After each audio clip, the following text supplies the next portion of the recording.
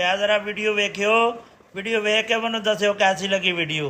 Video ना मैं सारे कपड़े धोते जब भर के कोठे सुकने पा गया। जे तू मेरी गल मन्नेगा ना फिर मैं तेनू अपनी भैन दा रिश्ता कराऊंगी।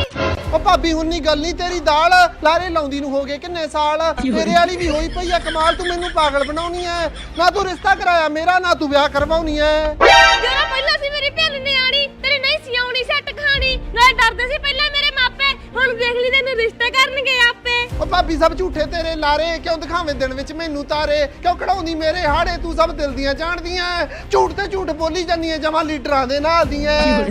वे जोरा मैं तो कहनी है सगा हो जे तेरा ब्याह तेरे घर वाली कुट-कुट के पाया करूगी तेरा गा नाले डैडी डैडी कहणगे तेनू तेरे जवाक नाले तेरे ढिड्डे उत्ते करया करनगे पेशाब।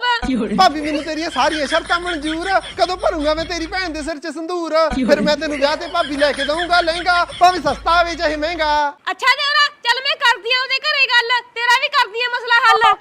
हेलो बेबे जेड़ी मेरी निੱਕੀ भैन बैठी है कुवारी ओदे कर लो तुसी ब्याह दी तैयारी। मेरा दियोर बनाउंदा नाले वीडियो नाले करदा खेतीबाड़ी।